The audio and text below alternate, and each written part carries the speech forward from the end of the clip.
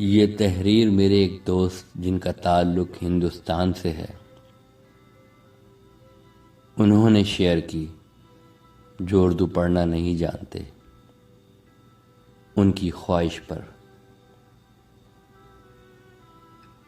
ایک نصیحت: میں اپنی موت پر افسوس ہرگز نہیں کروں گا، اور میں اپنے جسم کی کوئی پرواہ نہیں کروں گا۔ بس میرے مرنے کے بعد مسلمان اپنے جو فرائض انجام دیں گے وہ یہ ہیں: مجھے اپنے کپڑوں سے جدا کر دیں گے، مجھے غسل دیں گے، مجھے کفن پہنائیں گے، مجھے میرے اپنے گھر سے نکال باہر کریں گے، مجھے اپنے نئے گھر یعنی قبر تک پہنچائیں گے، اور بہت سے لوگ میرے جنازے کے ساتھ آئیں گے، بلکہ بہت سے تو مجھے دفنانے کے لیے اپنی مصروفیات اور مشغولیات سے وقت نکال کر مجھے دفنانے کے لیے آئیں گے، اور بہت سے تو میری نصیحت بھی بھلا دیں گے،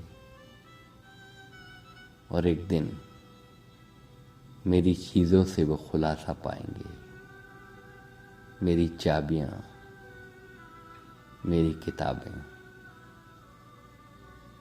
میری باقی چیزیں، میرے کپڑے، اور اس طرح۔ اور اگر میرے گھر والے متفق ہوں تو وہ یہ صدقہ کریں گے تاکہ مجھے اس سے میری قبر میں نفع پہنچے۔ یاد رکھو کہ دنیا مجھ پر غم ہرگز نہیں کرے گی، اور نہ ہی دنیا کی حرکت رکے گی، اور تجارت و کاروبار چلتا رہے گا، اور میرا وظیفہ شروع ہو جائے گا جسے غیر لے لیں گے، اور میرا مال، میری جائیداد وارثوں کے حوالے ہو جائے گی، جبکہ مجھے اس کا حساب دینا ہوگا، کم ہو یا زیادہ۔ کھجور کی گٹھلی کے چھلکے یا شگاف کے برابر بھی ہو۔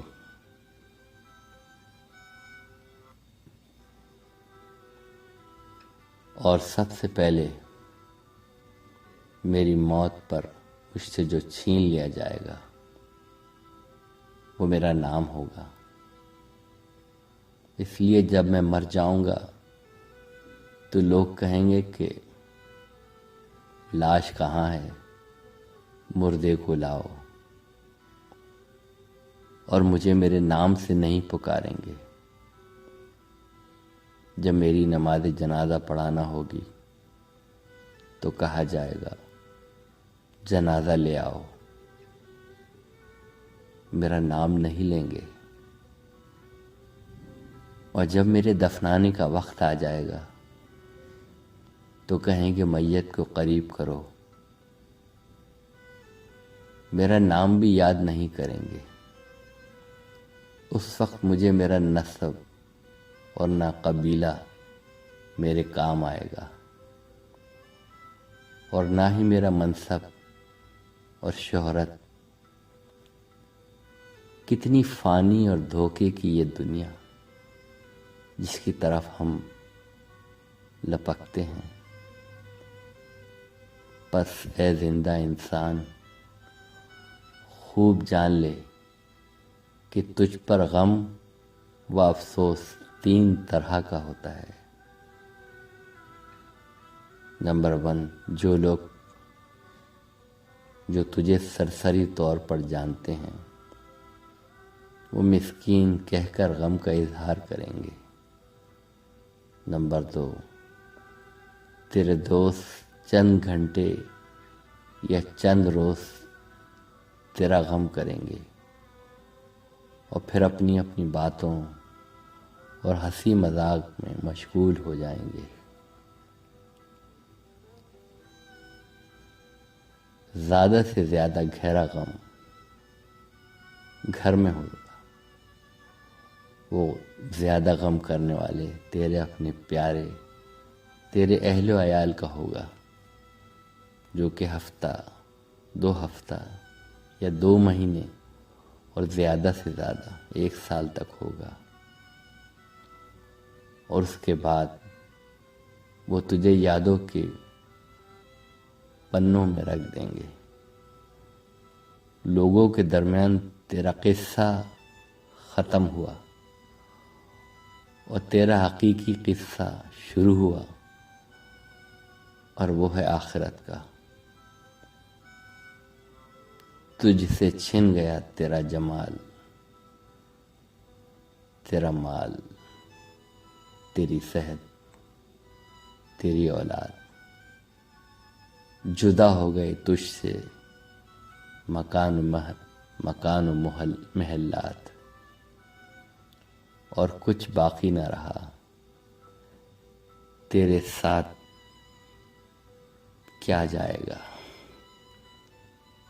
تیرے ساتھ کیا جائے گا، تیرے ساتھ تیرے اعمال جائیں گے، اور حقیقی زندگی کا آغاز ہوا۔ اب سوال یہاں یہ ہے کہ تو نے اپنی قبر اور آخرت کے لیے